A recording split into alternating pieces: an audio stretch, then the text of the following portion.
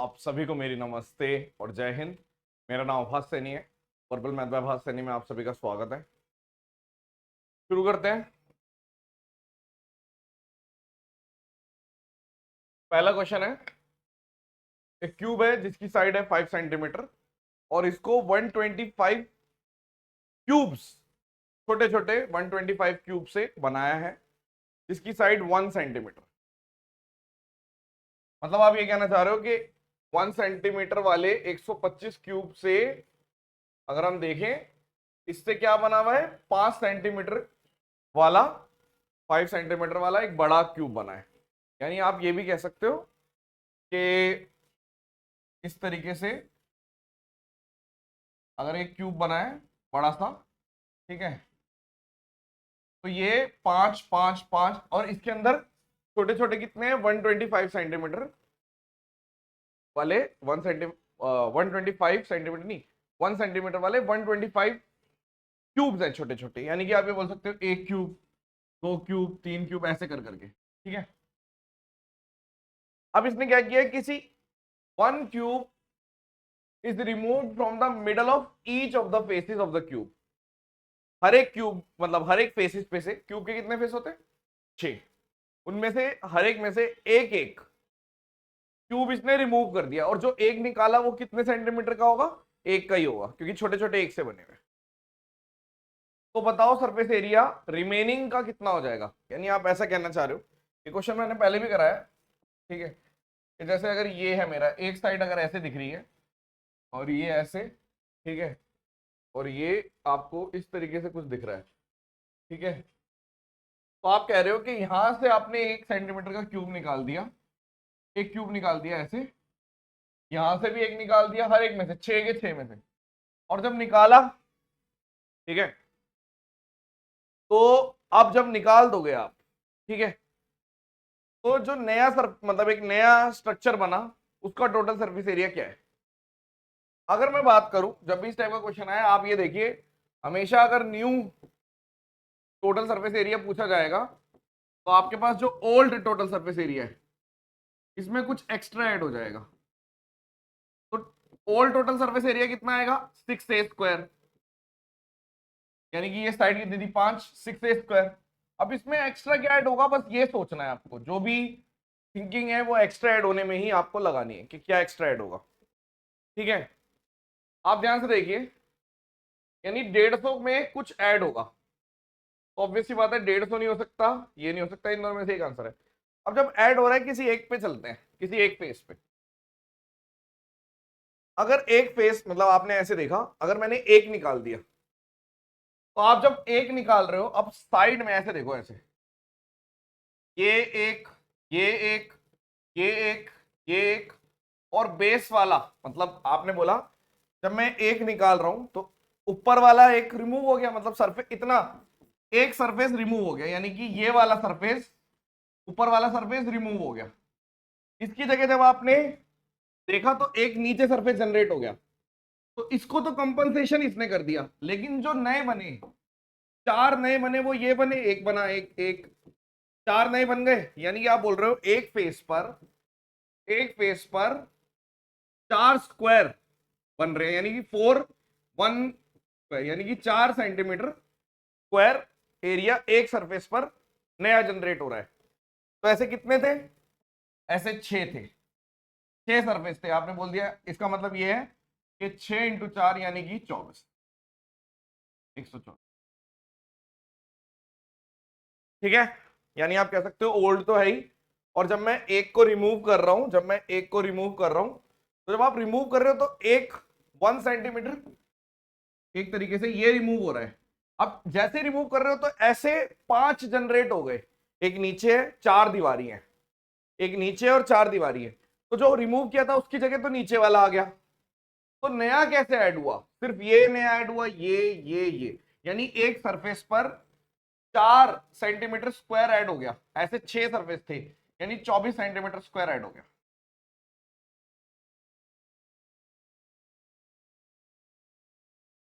सवाल,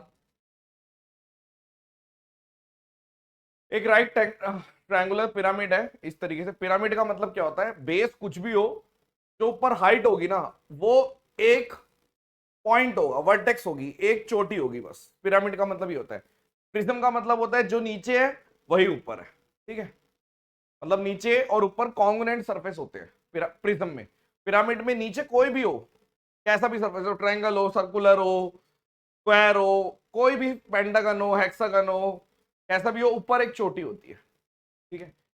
right triangular pyramid है, इसको कट कर दिया क्यूब में से, और साइड ऑफ ईच क्यूब 16 दे रखी थी, X Y Z mid point दे रखे हैं। तो बताओ जो total surface area of pyramid कितना है। आप ध्यान से देखें, 8 था और 16 था पूरा, तो ये 8 8 बच गया, 8 ये 8 ये 8 ये 8 ये, ठीक है। अगर मैं केवल एक सरफेस को देख लूं, अगर ये भी 8 है ये भी 8 है, तो ये वाला 8√2 हो गया। अब आप देखो पिरामिड के अंदर 3 सरफेस तो ये वाले हैं जो येलो वाले बना रहा हूं, 3, यानी कि आपने बोला 3 ये वाले हैं, 8 और 8 वाले, टोटल सरफेस एरिया निकालना है।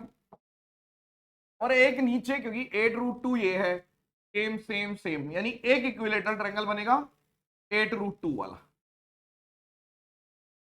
यानी अगर आपको टोटल सरफेस एरिया निकालना है तो इसका एरिया और इसका एरिया प्लस कर दो, तो 3 into half into base into height, और इसका कितना होता है इक्विलेटरल का √3/4 और साइड स्क्वायर, यानी कि 8 इंटू 8 इंटू 2, 8√2 का स्क्वायर यही हो गया। तो आपने बोला ठीक है, यानी यहां पर अगर आप कर दोगे तो 2 32√3 एक आ गया, और यहां पर आपने बोल दिया 4 12 96 96। कौन सा ऑप्शन मैच करेगा? 96 ये वाला 96 और 32√3, ये आंसर है, ठीक है। इसमें एक बेहतरीन क्वेश्चन हो जाएगा, अगर होमवर्क करके बताना, होमवर्क से पता चल जाएगा आंसर से कि आपको कितना आता है, वरना फिर मेरे को अगला सेशन उस पर भी देना पड़ेगा। होमवर्क है ये जो पिरामिड बनाया है इसका वॉल्यूम बताना है, वॉल्यूम, ठीक है। ये जो पिरामिड है इसका वॉल्यूम, ये होमवर्क है। एनीवेज आगे चलते हैं। What is the volume of the largest sphere that can be cut out of the wooden cube. देखो एक स्पेशल केस समझ लो कि अब जैसे अगर एक वुडन क्यूब है, इस क्यूब में से अगर हम देखें एक स्फीयर निकाल दिया आपने लार्जेस्ट, तो लार्जेस्ट का मतलब ये यहां पे टच करेगा, सब पे टच करेगा, यानी कि अगर ये ए है तो इसकी जो रेडियस आएगी वो a/2 आएगी। यानी कल को मेरे से ऐसे भी पूछ सकता है कि अगर वॉल्यूम ऑफ क्यूब है और वॉल्यूम ऑफ स्फीयर अगर मेरे से पूछा, तो मैं बोलूंगा volume of cube A cube, तो वॉल्यूम ऑफ स्फीयर आ गया 4/3 पाई आर क्यूब, यानी a³/8। तो a क्यूब से a क्यूब काट दो, यहाँ पे 2 कर दो, यहाँ पे 11 कर दो, यानी ये आपका आ गया 21/11। यानी मैं कह सकता हूं कि पूरे क्यूब का 21 होता है, स्फीयर का 11 होता है, और बचा हुआ 10 होता है। तो कल को मेरे से ये भी पूछ सकते हैं कि volume of sphere, volume of cube और वॉल्यूम ऑफ रिमेनिंग, तो 21 11 और 10, ठीक है। बचा हुआ 10 हो गया ना, फिर से देख लो, a³ 4/3 pi r cube, radius कितनी है, a/2 का क्यूब करोगे तो a³/8, a³ से a³ कट गया, तो यहाँ पे 2 आ गया, 2 से कर दिया तो 11, हाँ 21/11। कई बार ऐसे भी पूछ लेते हैं, ये भी पूछ लेते हैं कि रिमेनिंग का परसेंटेज बताओ, तो 10/21 इंटू 100%। मान लो स्फीयर का कितना है, 11/21 इंटू 100%, ऐसे करके कई बार बन जाता है क्वेश्चन। एनीवेज इस क्वेश्चन की बात करते हैं। What is the volume of the largest sphere that can be cut, कितने में? तो आप बोल दोगे कि ये अगर साइड है तो जो रेडियस है स्फीयर की वो 21/2, यानी ये आ गया 21/2। तो वॉल्यूम पूछा है, तो वॉल्यूम ऑफ स्फीयर होता है 4/3 पाई आर क्यूब, तो 21/2, 21/2 और 21/2, एक 21 से एक 21 कट गया, यहाँ पे 4 कट गया, यहाँ पे 11, यानी 441 इंटू 11, तो 1584, ये आंसर आ गया। ये तो आसान था। खैर प्रीवियस ईयर के क्वेश्चन देख रहे हैं कि कौन से हैं। जैसे एक और देख लेते हैं। From a body of a solid cube जिसकी एज दे रखी है, साइड दे रखी है 7, एक सॉलिड स्फीयर को रिमूव कर दिया, ठीक है। रिमेनिंग आपको दे रखा है आपकी बारी, तो बताओ स्फीयर का। आप एक बात बताओ, अगर पूरा क्यूब का वॉल्यूम है, वॉल्यूम ऑफ क्यूब है, ठीक है, और अगर वो किससे बना है, एक तो वॉल्यूम ऑफ स्फीयर से और वॉल्यूम ऑफ रिमेनिंग से। तो अगर मैं स्फीयर की बात कर रहा हूं, मेरे को ये दोनों चीज दे रखे हैं, तो वॉल्यूम ऑफ स्फीयर आप तुरंत बोल सकते हो। कैसे निकलेगा? Volume of cube minus volume of remaining. तो वॉल्यूम ऑफ क्यूब कितना होगा? 7 का क्यूब, और रिमेनिंग का वॉल्यूम आपको दे रखा है, ये कितना आ गया? 48 और 480, 490 बाई 3। तो इसको अगर करोगे 3 से लिख लो, तो मैंने बोल दिया 3 आ गया, और 3 7 का क्यूब, और इधर भी 7 का स्क्वायर इंटू 10। तो ये वॉल्यूम ऑफ स्फीयर है। वॉल्यूम ऑफ स्फीयर कितना होता है? 4/3 पाई आर क्यूब, ये होता है। तो इक्वेट कर रहा हूं मैं, तो 7 का स्क्वायर बाहर ले लेते हैं, 21 में से 10 गए, 11 बच गया बटे 3। तो 3 से 3 काट दो, 7 इसको इधर भेज देते हैं, एक और को यहाँ पे 2 कर देते हैं, तो 8। आर क्यूब की वैल्यू हो गई 7 का क्यूब और 2 का क्यूब, यानी आर की वैल्यू हो गई 7/2।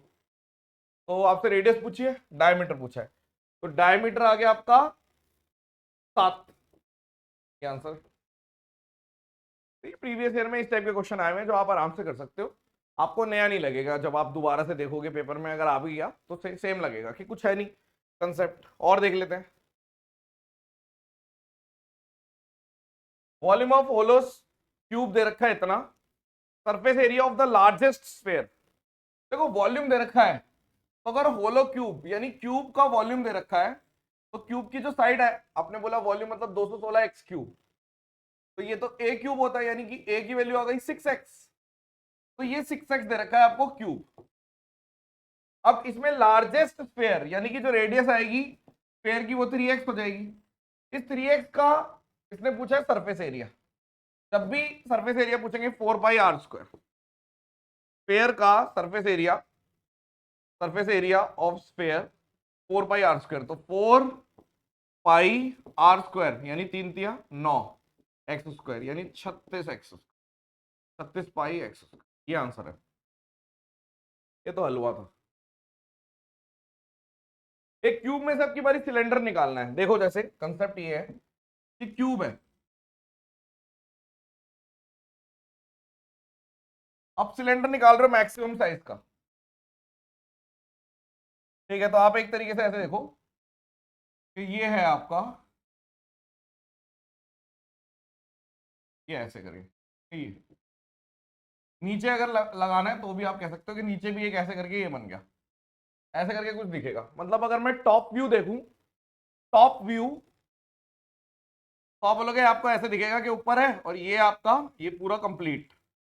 और अगर साइड व्यू देख रहे हो, साइड व्यू देख रहे हो, अगर मैं बोल रहा हूँ लेटरल व्यू या साइड व्यू, लेटरल व्यू, तो मुझे यहां से बस ऐसे ही दिखेगा कि यहां से कुछ है, और ये यानी कि अगर जो सिलेंडर है उसकी रेडियस तो हो जाएगी इसकी आधी, यानी a/2, अगर ये क्यूब a का है, लेकिन जो रेडियस है वो a/2 अगर हो भी गई, हाइट आपकी a हो जाएगी।